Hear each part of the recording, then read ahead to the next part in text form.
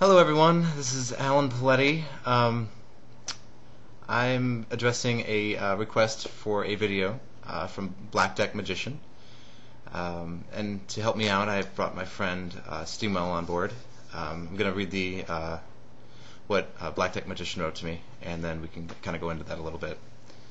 He says, something I'd love to see done in a video is this. Okay, well, when I do a street performance, I get really nervous about meeting new people.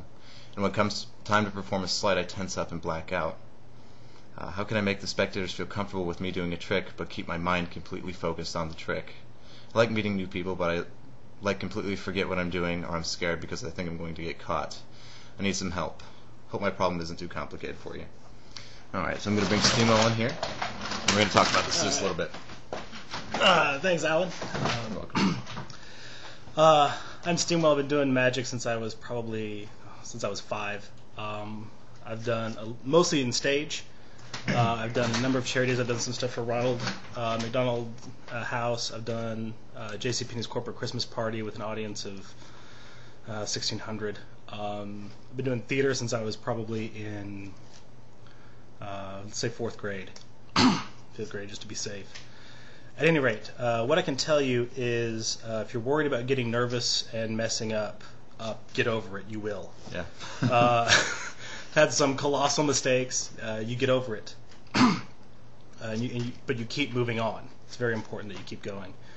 A couple of examples, I was doing a hippity hop rabbits one time and just completely knocked one of the rabbits off the table. And it just scattered all over the floor there, and I just went on with the show. Not much you can do. I've produced a dead dove. That was exciting.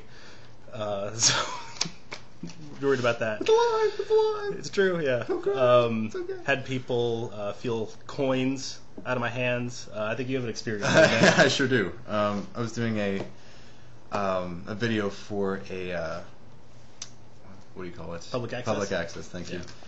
Yeah. And at that point, I thought it was pretty good. I was kind of in my flow of things.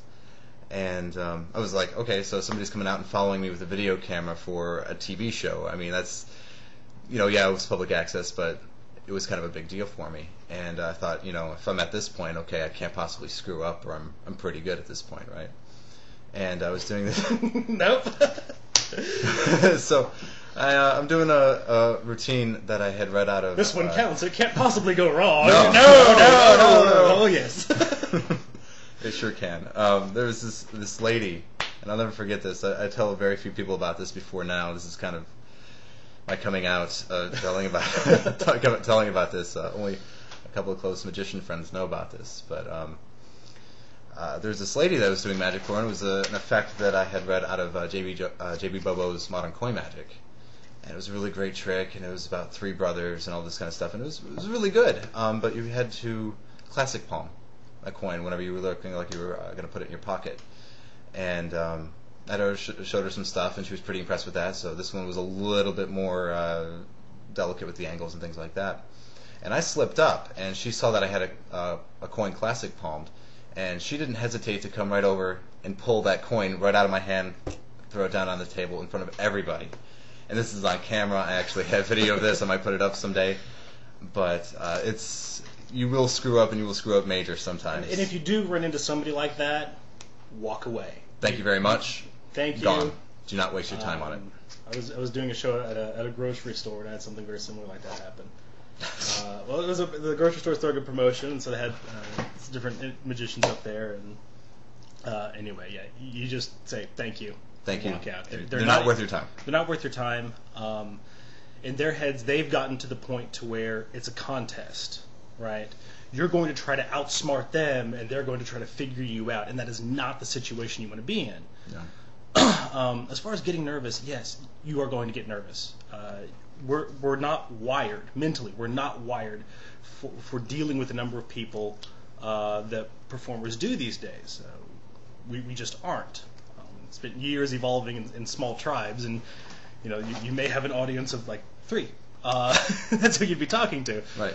And so the fear of making a fool of yourself, at those times, if you made an idiot of yourself, your genes were out of the gene pool because you just made an idiot for yourself in front of the entire tribe, and you're out. You're done. Nowadays, we live in a much more dynamic and interactive society where there's a lot more people, but we're not wired for it yet. So you still have that fear in there, and understanding why you have that fear can help maybe deal with it some, but it won't change the fact that you have that fear. And one of the things that I've realized from my experience with theater, I've been on a number of different stages for magic, for plays, for lots of different things. I hardly remember any of them.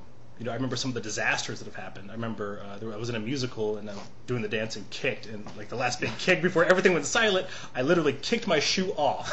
Right? I didn't know this one. Oh yeah, it was anything goes, right? And so we're doing dance, kick, stop. The whole audience, the whole theater, everybody just freezes, and my shoe lands in silence. Right? It was very obvious who this was that pulled off that little stunt. And then you're stocking foot hopping off stage. You smile, you shake it off, you move on. And that's part of the reason it's very important to interact with the audience, yes. to befriend the audience. Right? If you have this competition mentality, you're not going to win. Okay, maybe you win, but they're never really along for the ride. And if you're out there, taking your hat out asking for money, well, you're just asking the people you defeated for money, right? That's a bad plan. Kick your ass. If, however, you're out there, you make friends, do interact with the audience because they'll be more receptive, they'll be more relaxed with you. You're probably more comfortable performing for your friends than you are for complete strangers. So if you get to know them just enough to where you're a little bit more comfortable with them, they're a little bit more comfortable with you. Get their name and use it. Right, get their name, use it. That'll help you relax.